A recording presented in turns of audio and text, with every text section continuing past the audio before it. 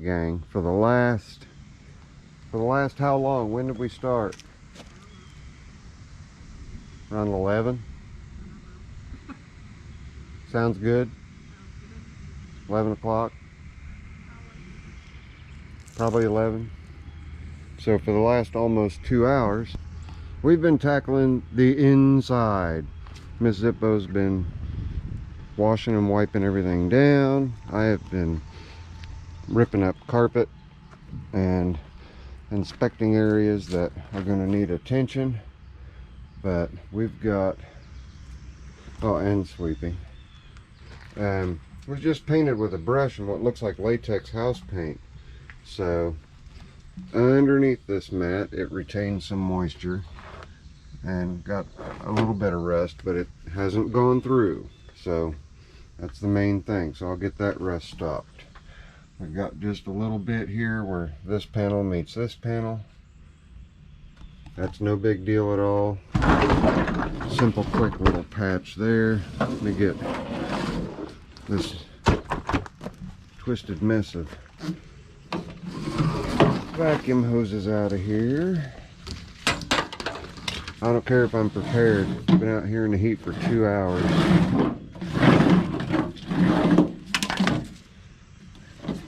And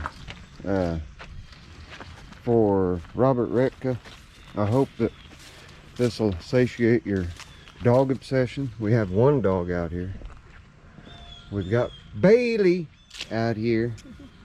Say hi, Bailey. You want to say hi? Say hi.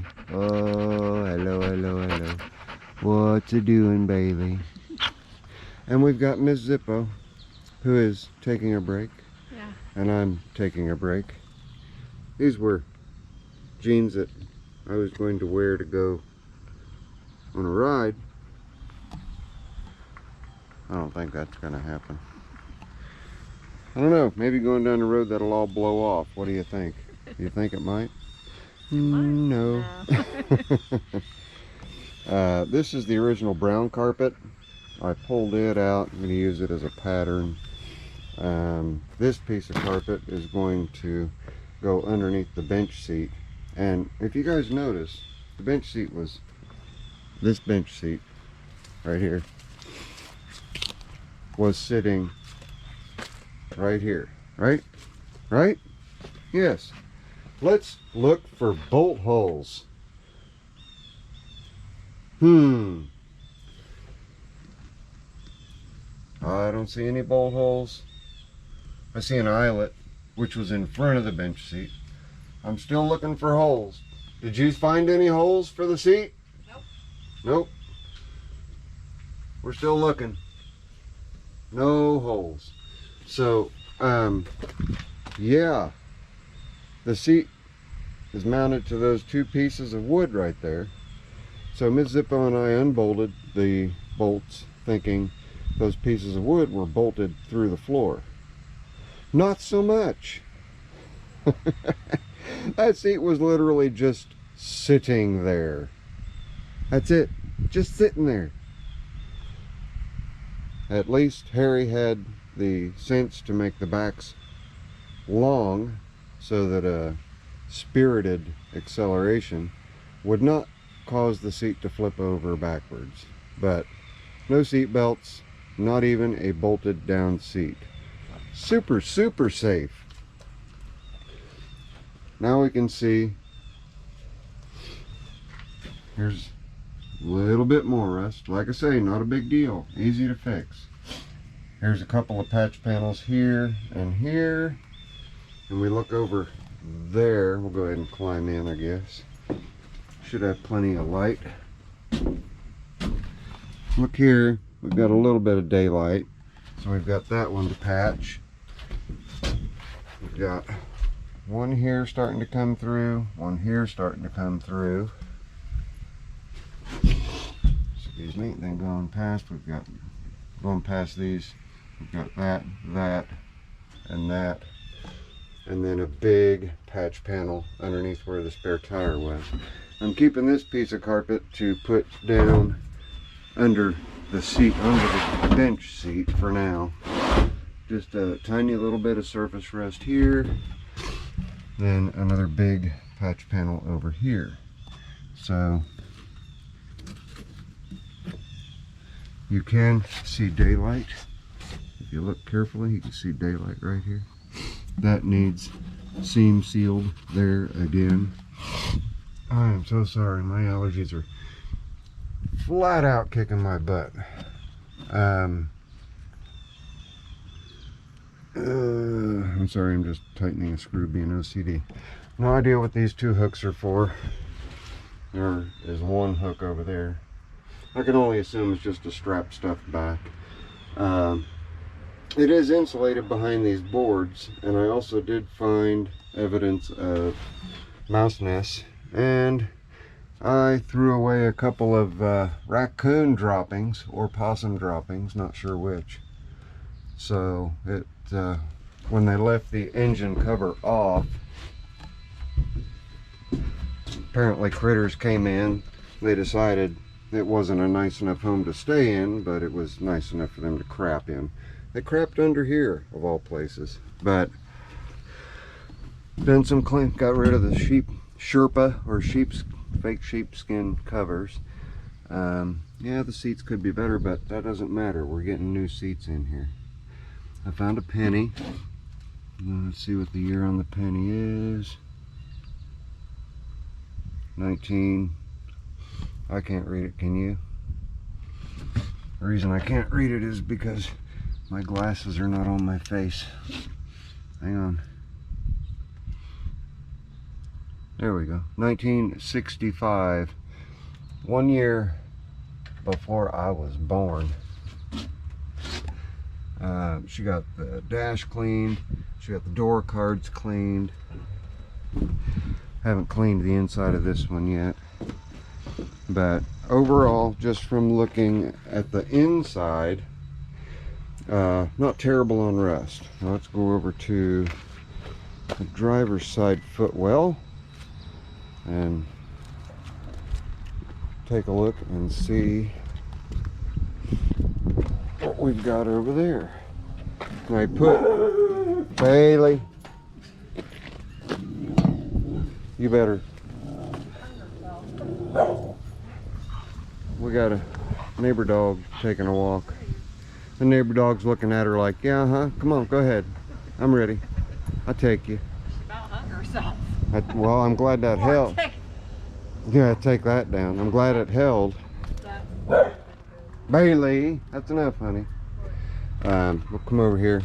You can see the seat brace. It's got a considerable amount of rust here. So when I unbolt these seats, probably a better than good chance that I'm gonna have to do some sheet metal repair under here before putting the new seats in.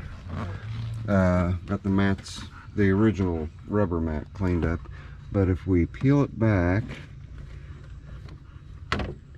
we'll be able to see it put some Dynamat down, and that Dynamat held moisture, and because it held moisture, we've got just a little, my sun's like right on it. We've got just a little bit of a hole right there. It's not horrible, but we'll put that little wire welder to good use and get this secured back up again. But the rest of the floor pan is good and solid. And I'm gonna figure this thing's 45 years old, right? This seat adjusts forward and back. That one is fixed, it does not. And see these little pockets? Do you know what those are for? Well, let me show you over here on this side. Make sure it's in the shot. Yeah, it's in the shot. Got your seat belt. Your seat belt just drops in there to make it easier for you to grab your seat belt. Isn't that interesting? So, that's my sweat rag. The steering wheel has seen better days, but I'm going to be putting an aftermarket on there anyway. I don't like these big honking steering wheels. What else? What's leaking on my exhaust manifold is the heat riser, and I guess that's really common. So we're going to be paying a little bit of attention to all of that in coming days, and looks like we've also got a broken exhaust manifold stud right there and a sizable gap. So we've probably got a pretty good leak right there too. But still working a deal.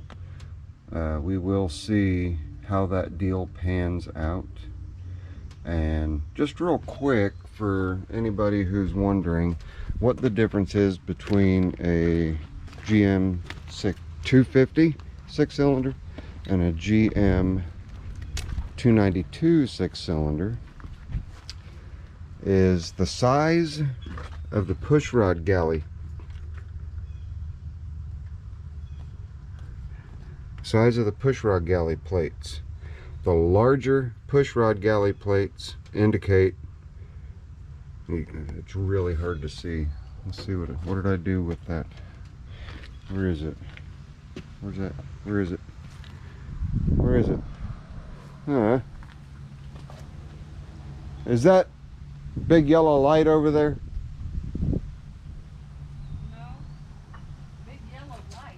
Yeah. I got it. It's over here with the tools. That. Oh. That.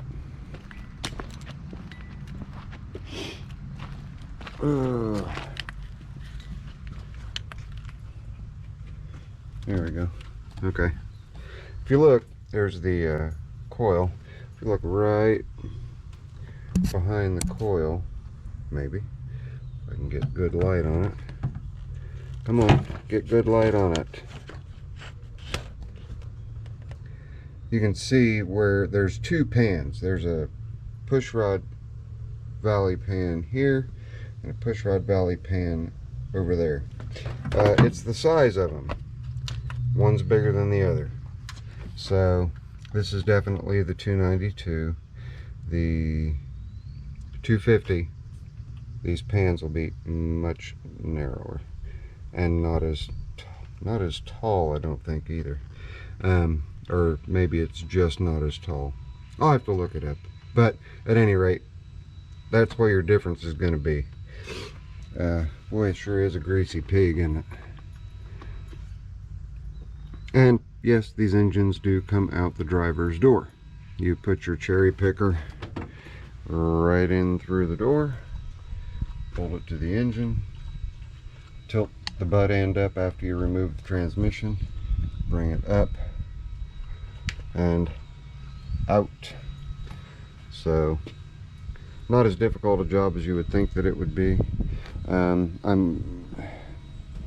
do not know how things are going to go.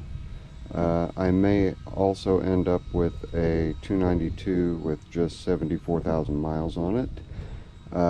Working on that. I don't know if that's even an option, because I've not talked to the gentleman specifically about it, but if he watches this video, he can let me know if it's an option or not. If it is, then this engine will just stay in, do its business, and getting the van around to various places for various things, and then I will build the 292. It's just looking, got a weird spot over there and I don't know what it is. Then I'll build the donor 292 over the winter and then get it installed all fresh, neat and tidy. What I was looking at was right there. I don't know what that is.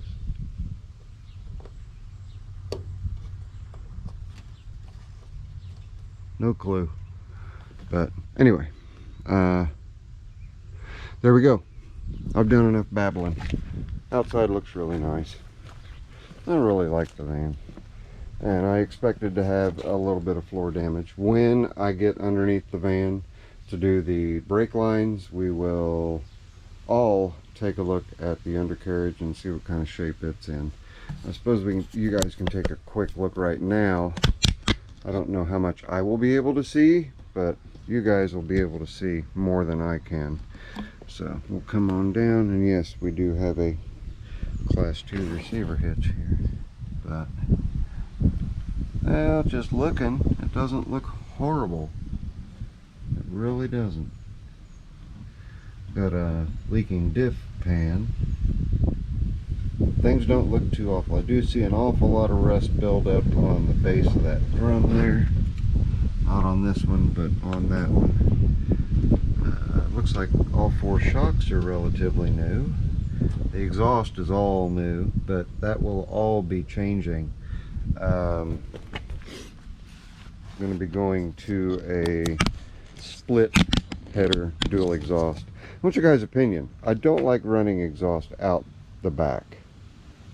Don't ask me why. So that's not an option. That's off the table. Don't even mention that. In fact, both of my trucks, I run them out the side. So do I bring them all the way back and have them dump out here on either side? Not in the back. Out here behind the wheel well, or